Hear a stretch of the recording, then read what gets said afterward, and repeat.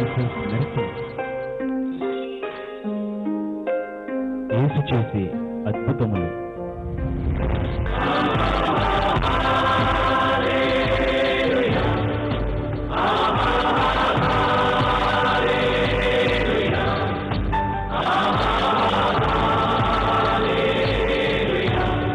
Accident అయ్యి కాలు విరిగింది, అవునండి. ఆపరేషన్ చేయాలి, 60,000 రూపాయలు అవుతుంది అన్నారు. అవునండి. అంత ఖర్చు పెట్టలేక ఆరోగ్యశ్రీ కార్డ్ లేకపోవటం వల్ల అవునండి వదిలేశారు అందరూ కూడా. అవునండి. సువార్త టీవీలో మెసేజ్ విని జీసస్ మిరాకిల్స్ లో నేను సాక్ష్యం చెప్పుకుంటా అవునండి అనుకున్న వెంటనే అనుకోకుండానే ఆరోగ్యశ్రీ కార్డ్ ద్వారా ఆపరేషన్ సక్సెస్ఫుల్ గా వారు చేశారు. ఆపరేషన్ అయ్యింది. అవునండి, అయ్యిందండి. అంతకుముందు ఆరోగ్యశ్రీ కార్డ్ లేదండి. మరి ఎలా వచ్చింది?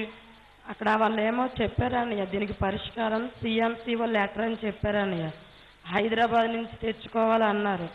కానీ వాళ్ళు చెప్పిన తర్వాత ఏంటంటే పేషెంట్ కంపల్సరిగా ఉండాలి అన్నారు. కానీ మా ఆయన వెళ్ళలేని స్థితిలో ఉన్నప్పుడు దేవుడా ఏంటి ఒక పరిష్కారం దొరికింది, కానీ నా భర్త వెళ్ళలేకపోతున్నాడు. ఏదైనప్పటికీ కూడా అది వచ్చింది, ఆరోగ్యశ్రీ కార్డు మీకు వచ్చేసింది, ఆపరేషన్ కూడా అయిపోయింది. అవునండి. God bless you. చప్పట్లు కొట్టి దేవుని నామమున పరిశుద్ధం. God bless.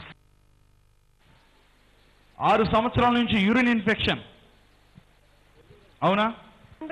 టాబ్లెట్స్ వాడినా రిజల్ట్ లేదు. 6 సంవత్సరాల నుంచి అదే బలహీనతతో బాధపడుతున్నారు. ఎప్పుడైతే సంఘానికి వచ్చి ప్రేయర్ ఆయిల్ త్రాగారో అప్పటి నుంచి యూరిన్ ఇన్ఫెక్షన్ పూర్తిగా మీకు తగ్గిపోయింది. God bless you. దీన్ని ఏమంటారు? చప్పుడు గురించి దేవుని నామమున పరిశుద్ధం.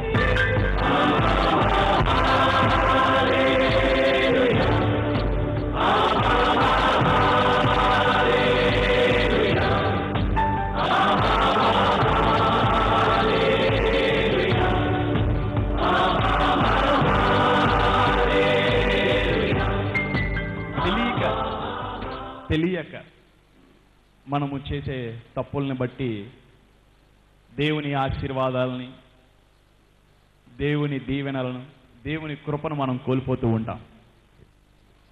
అప్పుడప్పుడు మనకు అర్థం కాదు దేవుడు ఎందుకు మనల్ని పట్టించుకోవట్లేదు. అప్పుడప్పుడు మనకు అర్థం కాదు ఎందుకు దేవుడు మన ప్రార్థనకి జవాబు ఇవ్వడం. అప్పుడప్పుడు అర్థం కాదు మనం ఎంత ఉపవాసం ఉండి కన్నీరు కార్చినా ఎందుకు ఇంకా భారముతోనే, బరువుతోనే, ఇబ్బందితోనే, శ్రమతోనే మన జీవితం ఎందుకే అలాగే ఉంటుందంటే మనకు తెలియక మనం చేసే తప్పులను బట్టి. చాలామంది అనుకుంటారు ఇదిగో తాగుడు, తిరుగుడు, సినిమాలకు వెళ్ళడం ఇయే పెద్ద తప్పులు అని. క్రైస్తవుల చేత దేవుడు ఎలాంటి తప్పులు చేయించడో, బాహ్య తప్పులు చేయించడో, అంతరంగ తప్పుల్ని చేయిస్తూ ఉంటాడు. అది మెయిన్ థింగ్. ఇప్పుడు బాహ్య తప్పుల కంటే అంతరంగ తప్పులు చాలా డేంజరస్. అవి హత్య కంటే, మర్డర్ కంటే చాలా డేంజరస్ ఏంటంటే అంతరంగ పాపం. హల్లెలూయా. క్రైస్తవులు ఈ దినమున సంఘములు, విశ్వాసులు అనేక మంది ఏం చేస్తున్నారంటే అంతరంగ పాపం. బైబిల్లో ఇలాగే ఒక కుమారుడు అంతరంగ పాపము చేసి చనిపోయాడు. మనందరికీ తెలుసు. చెదిరిపోయాడు దేవుని దగ్గర నుంచి, తండ్రి యొద్ద నుంచి. ఎవరు అతను? చిన్న కుమారుడు. ఈ రోజున వాక్య భాగ ధ్యానాంశం ఏంటంటే స్వార్థము వల్ల వచ్చే విషాదం, సెల్ఫిష్నెస్. స్వార్థం వలన వచ్చే విషాదం, మనకు వచ్చే విషాదం. రైట్. లూక్ చాప్టర్ 15, లూకాసు వార్త 15వ అధ్యాయం 11వ వచనం కాడి నుంచి చదువుదాం. లూకాసు వార్త 15వ అధ్యాయం 11వ వచనం కాడి నుంచి, ఫ్రమ్ వర్డ్స్ 11.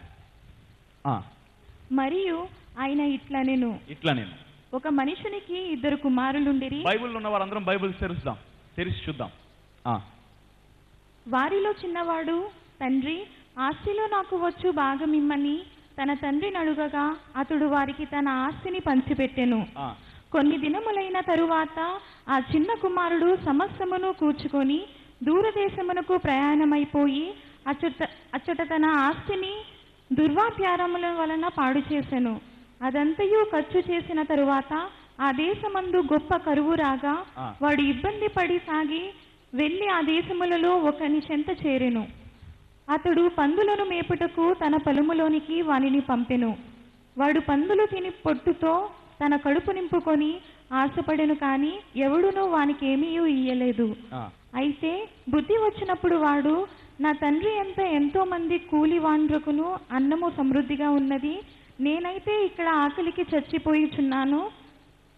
నేను లేచి నా తండ్రి యొద్దకు వెళ్ళి, తండ్రి, నేను పరలోకమునకు విరోధముగాను నీ ఎదుటను పాపము చేసి తిని ఇక మీదట నీ కుమారుడనని పిలుచుకొనుటకు యోగ్యుడను కాను.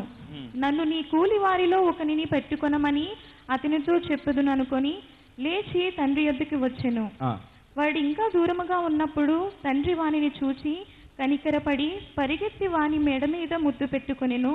అప్పుడు ఆ కుమారుడు అతనితో, తండ్రి, నేను పరలోకమునకు విరోధముగాను నీ యొద్దను పాపము చేసి తిని ఇక మీదట నీ కుమారుడనని అనిపించుకొనుటకు యోగ్యుడు కానెను.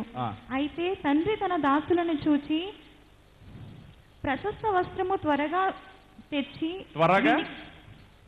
వీనికి కట్టి వీని చేతికి ఉంగరము పెట్టి పాదములకు చెప్పులు తొడిగించుడి, క్రొవ్విన దూడను తెచ్చి వధించుడి, మనము తిని సంతోషపడుదుము. ఈ నా కుమారుడు చనిపోయి మరలా బ్రతికెను, తప్పిపోయి దొరికినని చెప్పాను. హల్లెలూయా. చనిపోయి బ్రతికాడంట, మరలా తప్పిపోయి. హల్లెలూయా. రైట్. ఈ కుమారుడు చేసింది పెద్ద తప్పేం కాదు, కానీ ఏం చేద్దాం అనుకున్నాడు? నాన్న, నువ్వు నా డబ్బులు నాకు ఇస్తే ఆ డబ్బును వేరే చోట తీసుకెళ్ళి ఎక్కువగా సంపాదిద్దాం అనుకున్నాడు. అది తప్ప కరెక్టేనా? ఒక విధంగా కరెక్టే. కానీ ఈ చిన్న కుమారుడు తాను ఎంచుకున్న మార్గం ఏంటంటే స్వార్థపూరితమైన మార్గం. హల్లెలూయా. సెల్ఫిష్నెస్. నేను ఏదైనా చేయగలను, నేను సాధించగలను, నా అనుకున్నాడు. మన అనుకోల. క్రైస్తవులు కూడా చాలా మంది ఆశీర్వదించబడకుండా ఉండిపోవడానికి కారణం నా అనుకునే బుద్ధి, మన అనుకునే బుద్ధి ఈ లోకంలో లేదు. కాబట్టి లోకమంతా కూడా ఇప్పుడు స్వార్థంతో నిండిపోయింది. చాలా మంది క్రైస్తవ విశ్వాసులు, సంఘములు, సేవకులు చాలా మంది కూడా ఇటువంటి స్వార్థంతో నిండిపోయి ఉన్నారు. కాబట్టి స్వార్థంతో వారి శరీరంలో, స్వార్థంతో వారి హృదయం నిండిపోయి ఉన్నారు. కాబట్టి దైవిక ఆశీర్వాదంలో వారి జీవితంలో వారు స్వతంత్రించుకోలేకపోతున్నారు. హల్లెలూయా. ఈ లోకమంతా కూడా స్వార్థంతో నిండిపోయింది. ప్రపంచమంతా కూడా స్వార్థంతో నిండిపోయింది. ఇంతవరకు పూర్వకాలంలో అంటే మన తల్లిదండ్రులు, మన తాతల కాలంలో అయితే ఒక మాట ఉండేది, మనవాడు అయినవాడు, మన ఫ్యామిలీ, మన అనే మాట ఉండేది. రాను రాను కాలము జరుగుతున్న కొద్దీ, కాలం నడుస్తున్న కొద్దీ మన అలా ఎలా అయిపోయిందంటే నా. హల్లెలూయా. కొడుక్కి పెళ్ళై సంవత్సరం కాల ఏమంటాడు? నా భార్య, నా పిల్లలు, నా ఇల్లు అని ఎవరితో అంటాడు? తల్లిదండ్రులతోనే అంటాడు. అంటే స్వార్థం పెరిగిపోయిందా లేదా? ఇప్పుడు మన అలా ఏమైపోయింది? తన. అందరూ అలా ఏమైపోయింది? నా. కాబట్టి ఇటువంటి స్వార్థము లోకంలో పెరిగిపోతున్నప్పుడు సాతాను బలముగా ఇటువంటి స్వార్థమును పట్టుకొని క్రియ చేస్తూ ఉంటాడు. సాతాను లోకంలో బాహ్య పాపములు 30% జరిగిస్తుంటే అంతరంగ పాపములు 70% జరిగిస్తున్నాడు. ఇప్పుడు 100%లో బాహ్య పాపానికి ఎన్ని మార్క్స్ వేయచ్చు అంటే 70 మార్కులు వేయచ్చు. బాహ్య పాపానికి 30 మార్కులు వేయచ్చు, అంతరంగ పాపానికి 70 మార్కులు వేయచ్చు. ఇదివరకు మనం పేపర్లు తెరిస్తే న్యూస్ పేపర్లు వచ్చినా, లేదంటే ఏదో ఒకటి ఆంధ్రజ్యోతి కానీ ఏదైనా, ఈనాడు, సాక్షి, ఏ పేపర్లు చూసినా మొట్టమొదట పేపర్లో ఏముండే అంటే దేశం బాగుపడబోతుంది, ముందుంది మంచి కాలం, ముందుంది వసంతకాలం, ప్రధాని కొత్త పథకాలను తీసుకొస్తున్నాడు, ఎలాగా ఈ ప్రాంతం అభివృద్ధి అవబోతుంది, వీళ్ళు ఎంతమందికి సహాయం చేశారు, వీళ్ళు ఎంతమందికి సహాయం చేశారు, పచ్చగా పచ్చదనముతో ఈ ఊరు నిండబోతుంది, ఎలాగా ఏదో ఒకటి మంచి టైటిల్స్తో మంచి మంచి కార్యాలని పేపర్లో ముద్రించేవారు. రాను రాను ఇప్పుడు గనక మనం పేపర్ తెరిచి చదివితే, మన న్యూస్ పేపర్ తీస్తే ఏముంటాయి? ఇదిగో హాస్పిటల్లో 2 మృతి.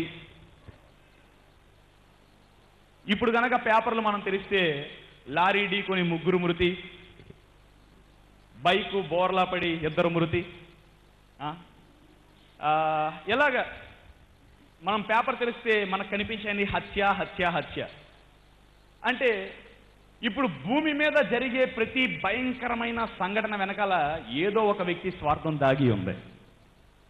భూమి మీద ఒక చెడ్డ సంఘటనలు ఏమన్నా జరుగుతున్నాయి అంటే, ఒక చెడు సంఘటనలు ఏమన్నా జరుగుతున్నాయి అంటే, ఒక అపాయకరమైన సంఘటనలు ఏమన్నా జరుగుతున్నాయి అంటే దానికి అర్థమేంటో తెలుసా? ఏదో ఒక వ్యక్తి స్వార్థం. కాబట్టి స్వార్థం వల్ల లోకంలో ఎంత విషాదకరమైనటువంటి సంఘటనలు చోటు చేసుకున్నాయంటే, చాలా భయంకరమైన సంఘటనలు చోటు చేసుకోవడానికి కారణం మనుషులందరిలో ఉన్న స్వార్థపూరితమైన బుద్ధి. ఇప్పుడు ఒక రాజకీయ నాయకుల్నే తీసుకుందాం. ఒక రాజకీయ నాయకుడు అతడు ఎన్నిసార్లు ఎమ్మెల్యే అవని, 4 సార్లు ఎమ్మెల్యే అయినా ఇతడు కులం కాకపోతే ఇతడు ఆ స్థానంలో ఏం చేస్తాడంటే ఇంకొక వారిని తీసుకొచ్చి, ఇతని కులంలో ఉన్న వారిని తీసుకొచ్చి పెడతాడు. అంటే టాలెంట్ ఉన్న వారిని పక్కన పెట్టేసి ఈ కులం, మా కులం వారు మాత్రమే ఉండాలి, మా తెగవారు మాత్రమే ఉండాలని చెప్పి అర్హత లేని వారికి కూడా ఆ స్థానంలో నిలబెట్టడం మరి మనుషుల యొక్క స్వార్థపూరితమైన బుద్ధే కదా. స్వార్థపూరితమైన బుద్ధి. ఇప్పుడు ఒక కంపెనీలో ఒక యజమాని ఉన్నాడు. 2 ఎలిజిబుల్ పర్సన్స్లో ఒకడేమో బాగా చదివిన వాడు, మంచి సర్టిఫికేట్స్ ఉన్నాయి, మంచి టాలెంట్ ఉంది, మంచి మెరిట్ ఉంది, మంచి పర్సంటేజ్ ఉంది. ఇంకొకళ్ళు ఏమీ లేదు. కానీ ఏదో రికమెండేషన్ బట్టో లేదంటే ఇతడు కులమనేం ఆ రావాల్సిన జాబ్ టాలెంట్ ఉన్న పర్సన్ని వదిలేసి ఈ పర్సన్కి ఇస్తారు. కారణము స్వార్థపూరితమైన బుద్ధి. మావాడు, మా ఊరివాడు, మా కులం వాడు, మా వాళ్ళని పైకి లేపాల అంటే మనుషుల యొక్క స్వార్థపూరితమైన బుద్ధి ఈ రోజున చిన్న పిల్లల కాడి నుంచి వృద్ధుల వరకు ఉంది, చిన్న పిన్నీస్ కాడి నుంచి పెద్ద పెద్ద వస్తువు వరకు ఉంది, ఆసుపత్రుల కాడి నుంచి ప్రభుత్వం వరకు, రాజకీయాల వరకు, పల్లెటూరు మొదలుకొని దేశం వరకు ప్రపంచమంతా నిండిపోయింది స్వార్థం స్వార్థం స్వార్థం. లేదు బ్రదర్, నేను బాగానే ఉన్నాను కదా, నా ప్రార్థనకు ఎందుకు జవాబు రాట్లా, నేను దశంభాగం ఇస్తున్నాను. మనం పరిసయుడు వలె చెప్పొచ్చు, నేను వారానికి 2 రోజులు ఉపవాసం ఉంటున్నాను, దశంభాగం ఇస్తున్నాను, క్రమం తప్పకుండా బలలో పాల్గొంటున్నాను. నీకన్నీ బాగానే ఉన్నా చేసే అంతరంగ, నీకు తెలియకుండా చేసే అంతరంగ పాపమును బట్టి నీకు వచ్చే ఆశీర్వాదాలన్నీ నువ్వు కోల్పోతున్నావు. నువ్వు బాహ్య పాపము చేయకపోవచ్చు కానీ దానికన్నా భయంకరమైన అంతరంగ పాపము నువ్వు చేస్తున్నావు కాబట్టి నువ్వు ఆశీర్వాదాలను కోల్పోతున్నావు. ఒకరు ఎదిగారంటే వారిని చూడలేకపోవడం, ఒకరు బాగా ఉన్నతమైన స్థాయిలోకి వెళ్ళారంటే వారిని చూడలేకపోవడం, స్వార్థపూరితమైన బుద్ధి. దేవుడు దేన్నైనా క్షమిస్తాడేమో కానీ స్వార్థపూరితమైన బుద్ధి ఉన్న వారిని మాత్రం అసలు దేవుడు క్షమించడు. ప్రైజ్ గాడ్, హల్లెలూయా. ఒక విషాదకరమైన సంఘటన మొన్న, ఇప్పుడు ప్రతి పేపర్లో చూసినా ఏముంటాయి? భర్తను చంపిన భార్య, భార్యను చంపిన భర్త, తల్లిని చంపిన కొడుకు, కొడుకుని చంపిన తల్లి. లోకంలో ప్రేమ పోతుంది, ప్రేమపూర్వకమైనటువంటి సంఘటనలు పోతున్నాయి. కారణము స్వార్థం. ఒక అమ్మకి పెళ్ళయింది, పెళ్ళయి ఒక కుమారుడు జన్మించాడు, 20 సంవత్సరాలు అయ్యింది, భర్త చనిపోయాడు. ఆ పిల్లోడు పుట్టినప్పుడు పోలియో వచ్చిందంట, అంటే సరిగ్గా నడవలేడు. అయితే మామగారు ఏం చేశారంటే కొడుకు పేరున ఆస్తి రాశారు. ఆ కొడుకు తదనంతరం ఎవరికి రాశాడంటే మనవడకే, అంటే ఈ కొడుక్కి ఆస్తి మొత్తం రాశాడు. మరి భర్త చనిపోవడంతో ఈమె 2వ పెళ్లి చేసుకుంది. రైట్, 2వ పెళ్లి చేసుకోవడం తప్పు కాదు, స్వార్థపూరితమైన బుద్ధిని బట్టో దేని బుట్టో పెళ్లి చేసుకుంది, కరెక్టే. అయితే ఈమెలో ఒక దుర్లభమైన బుద్ధి పుట్టి, ఈ ఆస్తి నాకు రావాలంటే, ఈ ఆస్తి నేను అనుభవించాలంటే, నా భర్త నేను కలిసి తినాలంటే ఈ కొడుకు ఉండకూడదు, వీడు చనిపోతే గనక ఈ ఆస్తి వస్తుంది మా పేరును అనుకుని ఆ తల్లి అంట పోలియో కుమారుణ్ణి, ఆ పోలియో వచ్చిన కొడుకుని హింసించడం ప్రారంభించిందంట. అంటే పొద్దున్నే 5 గంటలకే లేచి నీళ్లు కొట్టి, నడవలేకపోయినా నువ్వు వెళ్ళి వ్యాయామాలు చేయి, రన్నింగ్ చేయి, వాకింగ్ చేయి అని చెప్పి ఆ కుమారుడిని హింసించడం ప్రారంభించిందంట. ఆ కుమారుడు జలుబుతో ఉన్నప్పుడు కానీ, ఆయాసంతో ఉన్నప్పుడు కానీ, నిమ్ముతో ఉన్నప్పుడు కానీ, ఒక ట్యాబ్లెట్స్ ఇవ్వడం కానీ, ఒక మంచి ఆహారం పెట్టడం కానీ, వేడి చేసినప్పుడు ఒక మజ్జిగ ఇవ్వడం కానీ ఇలాగేమీ చేయకుండా ఆ కుమారుని అశ్రద్ధ చేసి చేసి మార్చి చంపేసిందంట. ఆ మనస్సు బహుశా నేనేం తప్పు చేశా, నేను కత్తిపెట్టి చంపానా, నేను ఉరేసి చంపానా, నేనేమన్నా మొత్తం మందులు ఇచ్చి చంపానా, నేనేం చేశాను అని అనొచ్చు. కానీ స్వార్థపూరితమైన బుద్ధిని బట్టి ఆహారం పెట్టకుండా చంపేసిందా లేదా? ఎందుకని? డబ్బు కోసం ఆస్తి కోసం సొంత కుమారుడినే, కడుపు తెంచుకుని పుట్టిన కుమారుడినే చంపిన తల్లి అని చెప్పి పైన హెడ్డింగ్ న్యూస్ పేపర్లో. అందుకే దేవుడు అంటాడు, స్త్రీ తాను కనిన చంటిపిడ్డను చంటిపిల్లను మరుచునేమో కానీ నేను మాత్రం నిన్ను చూడుము, నా అరచేతిలో నేను నిన్ను చెక్కి ఉన్నా. క్రైస్తవుల్లో ముందు ఉండకూడదు ఏంటంటే స్వార్థం, విశ్వాసుల్లో ఉండకూడదు ఏంటంటే స్వార్థం. అందుకే ఒక మహాభక్తుడు ఏం చెప్తాడో తెలుసా? బైబిల్ గ్రంథం ఆది కాండం మొదలుకొని ప్రకటన గ్రంథం వరకు మీరు చూస్తే బైబిల్ మనకు నేర్పించింది ఏంటో తెలుసా? నిన్ను వలే నీ పొరుగు వారిని ప్రేమించు. ఎవరు ప్రేమిస్తారు? స్వార్థం లేని వారు మాత్రమే ప్రేమిస్తారు. బైబిల్ మనకు నేర్పిస్తుంది, నిన్ను వలే నీ పొరుగు వారిని ప్రేమించు. నజరుడైన యేసుక్రీస్తు కూడా ఈ లోకమునకు వచ్చి స్వార్థపూరితమైన బుద్ధి గనక కలిగి ఉంటే మన కోసం ప్రాణం పెట్టేవాడా? వీళ్ళ కోసం నేను పెట్టేది ఏంటనేవాడు. ఒకవేళ తండ్రిలో కూడా స్వార్థం ఉంటే కుమారుడిని ఈ లోకానికి పంపించేవాడా? లేదు. దేవునిలో స్వార్థం లేదు కాబట్టి వచ్చిన మనకు కూడా దేవుడు ఏం చెప్తున్నాడు? మీ పొరుగు వారిని ప్రేమించండి, స్వార్థాన్ని మీలో నుంచి మీరు తీసేసుకోండి. ఇప్పుడు నా శరీరమును, నా వస్త్రము నేను ఎంత బాగా చూసుకుంటానో, ఎంత బాగా అలమారులో పెట్టుకుంటానో, ఇతరులవి కూడా అంతే బాగా చూస్తే ఎవరికి మనం ఎవరితో శత్రుత్వం ఉండదు, మనకు కూడా ఎవరు శత్రువులు ఉండరు. సాతాను మన దగ్గర పని చేయడు అసలు. హల్లెలూయా. కాబట్టి స్వార్థం అనే చేదైన ఫలం ఎప్పుడైతే మనం తీసేసుకుంటామో ఆశీర్వాదం అనే మంచి ఫలములు మన జీవితంలో ఫలించడం ప్రారంభిస్తాయి. ఆమె చెప్దాం అందరము కూడా. తల్లిదండ్రులు కూడా పిల్లలకు నేర్పిస్తూ ఉంటారు, చిన్నప్పటి నుంచే నేర్పిస్తూ ఉంటారు.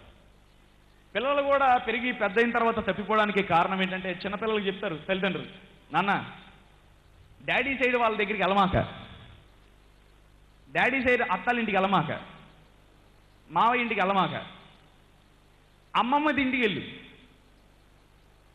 పిన్నింటికి వెళ్ళు, బాబాయ్ ఇంటికి వెళ్ళు, అటుపక్క వెళ్ళమాక. అంటే ఏంటి? ఒక స్వార్థం. ఇది ఒక రకమైన స్వార్థమే.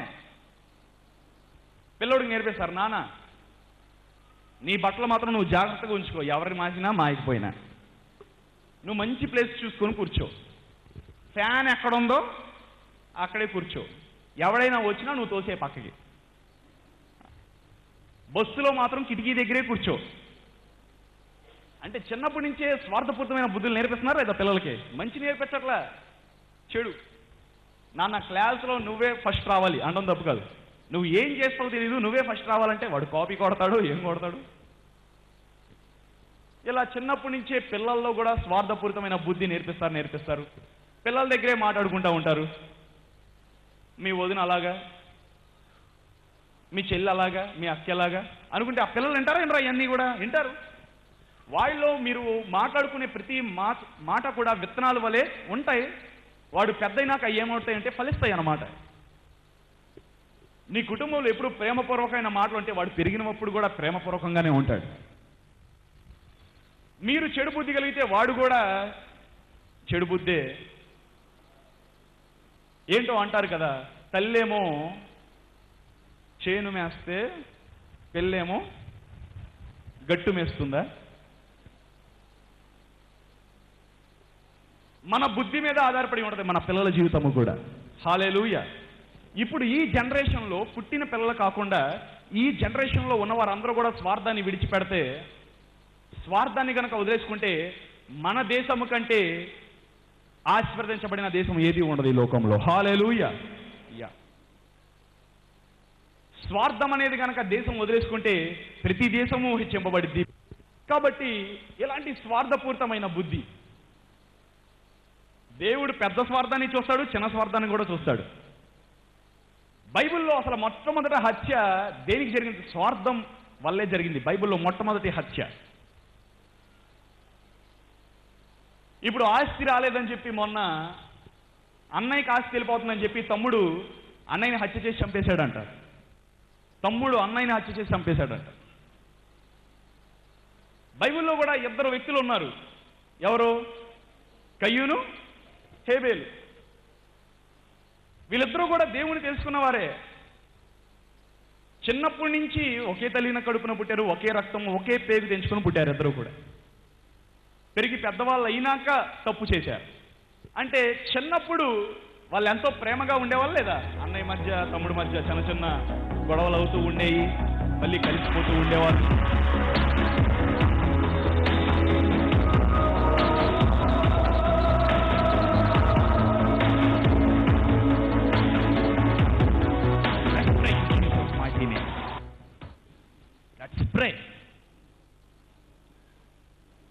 చిన్న క్రియ కాడి నుంచి పెద్ద క్రియ, చిన్న కార్యము కాడి నుంచి పెద్ద కార్యం, చిన్న పిల్లల కాడి నుంచి వెంట్రుకలు పండిపోయిన ముసలి వారి వరకు, చిన్న పల్లెటూరు నుంచి పెద్ద పెద్ద సిటీస్ ప్రభుత్వాల వరకు స్వార్థంతో నిండిపోయిన ఈ లోకంలో, స్వలాభము కోసమే వెతుకుతున్న ఈ లోకంలో జీవిస్తున్న మనము, దేవుడు చెప్తున్నాడు లోకమంతా చీకటై ఉన్నా మీరు వెలిగే వెలుగు వలె ఉండాలంట. మురికిలో ఏ విధముగా అయితే తామర పుష్పం మురికి అంటించుకోకుండా ఆ మురికిని తన నుంచి దూరము చేసుకుంటుందో, మురికి జనము మధ్య, మూర్ఖత్వ జనముల మధ్య, మురికి లోకంలో మనము జీవిస్తూ ఉన్నా కానీ ఆ మురికి మనకు ఎంటకూడదు. ఆ మురికి మన చేతులకు కానీ, మన కాళ్ళకు కానీ, మన హృదయానికి కానీ, మన శరీరానికి కానీ, మన ఆలోచనలకు కానీ, మన మైండ్కి కానీ ఆ మురికి అంటకుండా ఎవరైతే వారిని వారు పవిత్రపరుచుకుంటారో, దేవుడు అంటున్నాడు అతిక్రమములు దాచిపెట్టుకునివాడు వర్ధిల్లడు, వాటిని ఒప్పుకొని స్వార్థమనే బుద్ధిని విడిచిపెట్టువాడు దేవుని కనికరమును పొందుతాడంట. అందరం రెండు చేతుల పైకి ప్రార్థన చేద్దామా? నజరేయుడైన యేసయ్య, ఇంతకాలము నాకు తెలియక భయంకరమైన స్వార్థమనే పాపము చేస్తూ నా శరీరము గురించి, నా కుటుంబం గురించి, నా గృహము గురించి ఆలోచిస్తూ నీ రాజ్యమును నిర్లక్ష్యము చేశానేమో, సేవకుణ్ణి నిర్లక్ష్యము చేశానేమో, సంఘమును నిర్లక్ష్యము చేశానేమో, ఉజ్జీవమును నిర్లక్ష్యము చేశానేమో. ఆ విధముగా ఉండకుండా చేదైన ఫలము నాలో నుంచి తీసివేసుకొని ప్రేమ అనే మంచి ఫలము నాలోకి ఆహ్వానించి ఇక నుంచి ప్రేమపూర్వకమైన వ్యక్తిగా, శక్తిగా, విశ్వాసిగా, దేవదూతగా, క్రీస్తు వలె నడుచుకునే జీవితమును నాకు దయచేయండి. స్వార్థం వల్ల వచ్చిన కరువును దయచేసి దూరము చేయండి, రోగములను దూరము చేయండి. నజరేయుడైన యేసునామమున అడుగుచున్నాము తండ్రి. రెండు చేతుల పైకి 3 సార్లు ఆమేద్దామా? ఈ పరిచర్యకు మీరు స్పాన్సర్స్ గా ఉండగలిగిన ఎడల ఈ విధముగా మీ యొక్క సహకారాన్ని మాకు అందించవచ్చు. చెక్, ఎంఓ, డిడి, బ్యాంకింగ్ ద్వారా మీ యొక్క సహకారాన్ని మాకు అందించవచ్చు. మీరు పంపే checks, MOs, DD P Pradeep Kumar అనే పేరు మీద మాత్రమే పంపవచ్చు.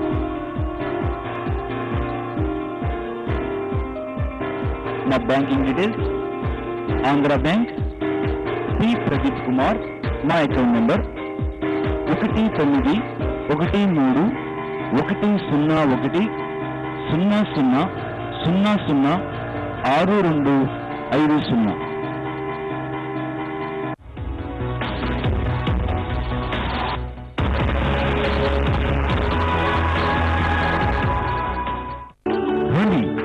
జీసస్ మిరాకిల్స్ ఆరాధనలు ప్రతి శుక్రవారం సాయంత్రం 5 గంటల నుండి 8 గంటల వరకు.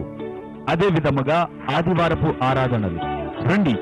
మా మొదటి ఆరాధన ప్రతి ఆదివారం ఉదయం 6 గంటల నుండి 8 గంటల వరకు. కొలుసు సుబ్బారావు గారి ఫంక్షన్ హాలు నందు నాగవర్పాడు వంతెన వద్ద గుడివాడలో జరుగును.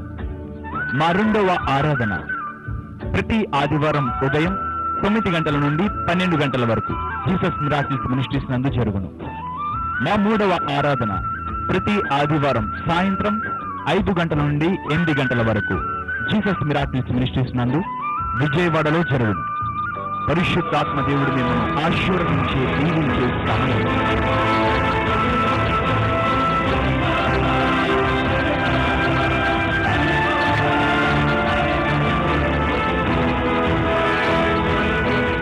రండి, ఒక ఆధ్యాత్మికమైన చైతన్యము కోసం.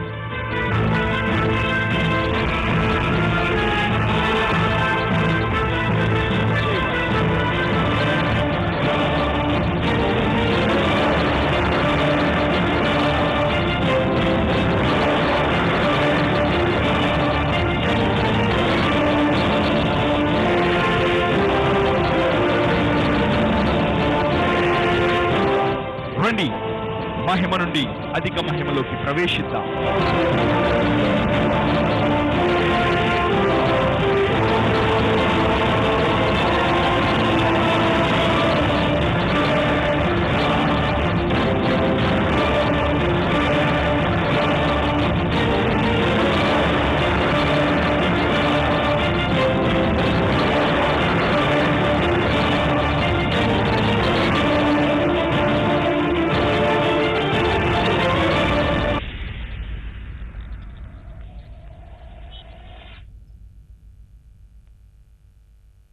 ఈ పరిచర్యకు మీరు స్పాన్సర్స్ గా ఉండగలిగిన ఎడల ఈ విధముగా మీ యొక్క సహకారాన్ని మాకు అందించవచ్చు. చెక్, ఎంఓ, డిడి, బ్యాంకింగ్ ద్వారా మీ యొక్క సహకారాన్ని మాకు అందించవచ్చు. మీరు పంపే checks, MOs, DD P Pradeep Kumar అనే పేరు మీద మాత్రమే పంపవలను.